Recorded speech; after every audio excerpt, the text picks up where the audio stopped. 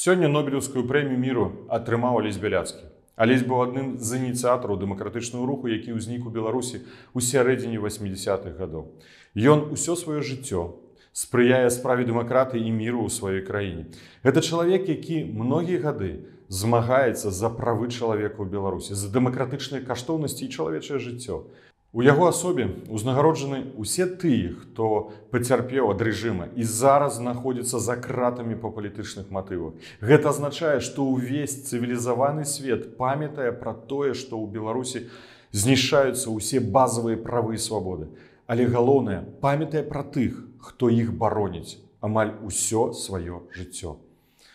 Віншую і праваабарончы цэнтр «Вясна», усіх беларускіх праваабаронцаў, усю беларускую грамадзянскую супольнасць. Гэтая ўзнагарода вельмі важнае прызнанне для ўсіх беларусаў.